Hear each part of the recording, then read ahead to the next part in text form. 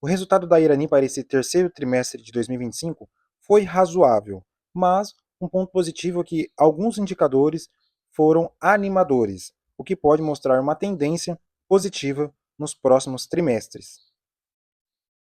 A receita líquida somou 433 milhões, alta de 4,7 em 12 meses e 4,8 em relação ao segundo trimestre de 2025, impulsionada por preços firmes em embalagens sustentáveis e sazonalidade favorável em papel. Na parte de custo dos produtos vendidos, subiu levemente para 281 milhões, refletindo maior depreciação e custos elevados das áparas, que representam 26% do total. Apesar de uma queda de 7% no preço das áparas frente ao segundo trimestre de 2025, ainda estão em 7,4% acima do terceiro trimestre de 2024, indicando alívio no curto prazo, mas níveis historicamente altos. O lucro líquido fechou em 42 milhões, uma margem EBITDA ajustada de a alavancagem da Irani está controlada em 2 vezes dívida líquida barra EBITDA. Teve uma leve queda quando se compara com os trimestres anteriores, né? Então aqui em 2023 está praticamente o mesmo nível de 2025. Ok. É uma dívida realmente confortável, nada exagerado. E um caixa de 681 milhões, o que garante liquidez. Agora, boa parte da dívida está no longo prazo, 89%. O fluxo de caixa livre ajustado atingiu 100 milhões nesse trimestre e 355 milhões em 12 meses, um fluxo de caixa ajustado yield de 20%. Sem contar que o ROIC chegou a 12,9%, acima do custo da dívida, de 8,8%. Podemos reparar que a Irani segue financeiramente sólida e, com a queda nos custos das áparas, tende a entregar resultados melhores nos próximos trimestres. Hoje as ações em R$ 8,00, quase 9, um PL de 5 e um PVP de 1,4. Dividend yield atrativo de 8,9% ao ano. Não podemos esquecer o programa de recompra de ações da Irani, o que gera bastante valor aos acionistas. Foi finalizado esse recompra de 2024 e agora um novo recompra de ações 24 de setembro de 2025, com prazo de 18 meses. Agora vamos olhar o resultado da Tegma, um breve resumo aqui do terceiro trimestre de 2025. O lucro líquido para esse trimestre ficou em 80 milhões, uma queda de 5% em relação ao mesmo período do ano passado, refletindo um aumento operacional mais desafiador. O trimestre foi marcado pela redução de 2,6% no volume de veículos transportados, que totalizou 198 mil unidades, resultado influenciado pelo desempenho mais fraco de clientes relevantes. A companhia também alertou que o quarto trimestre deve ser afetado pela paralisação temporária da produção da Toyota no Brasil, após danos causados por uma tempestade em uma de suas fábricas de motores em São Paulo. Embora ainda seja difícil estimar o impacto financeiro, a empresa reconhece que o efeito líquido tende a ser negativo, dada a relevância da montadora em seu portfólio.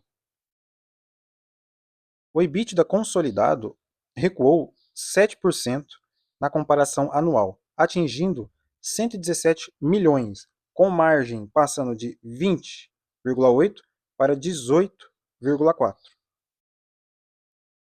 Podemos observar que esse trimestre refletiu um cenário de pressão sobre volumes e rentabilidade, reforçando a necessidade de cautela no curto prazo.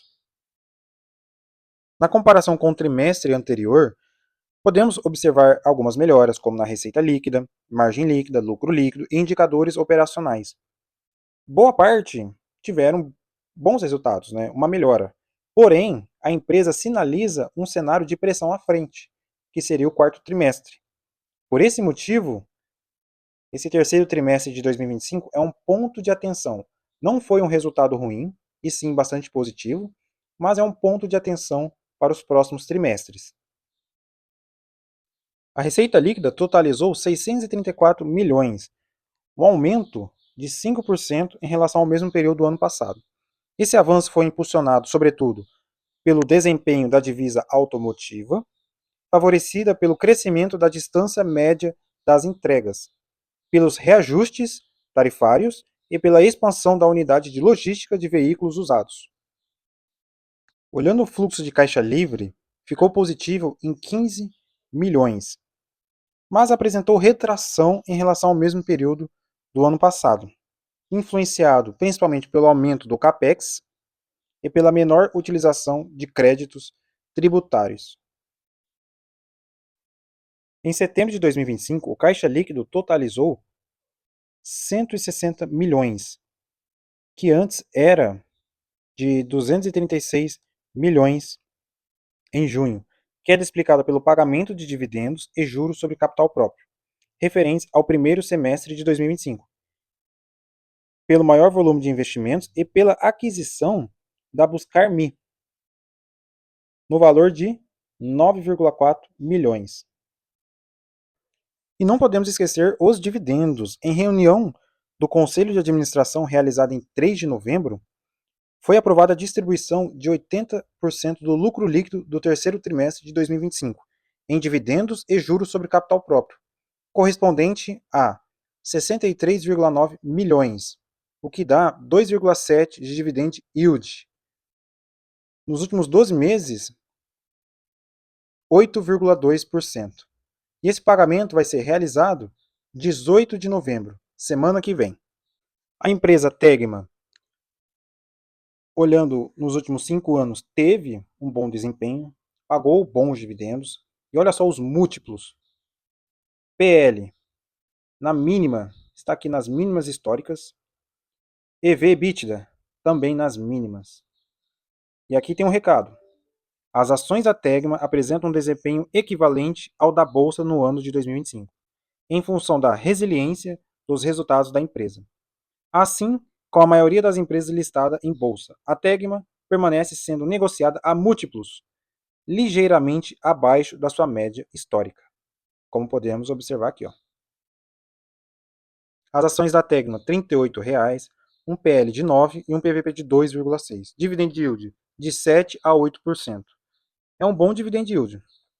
As ações performaram muito bem nos últimos 5 anos, sem contar os dividendos distribuídos aos acionistas. Agora, como eu sempre finalizo o vídeo, é a sua vez, investidor. Comenta aí o que achou dos resultados da Irani e da Tegma. Abraços e até o próximo vídeo.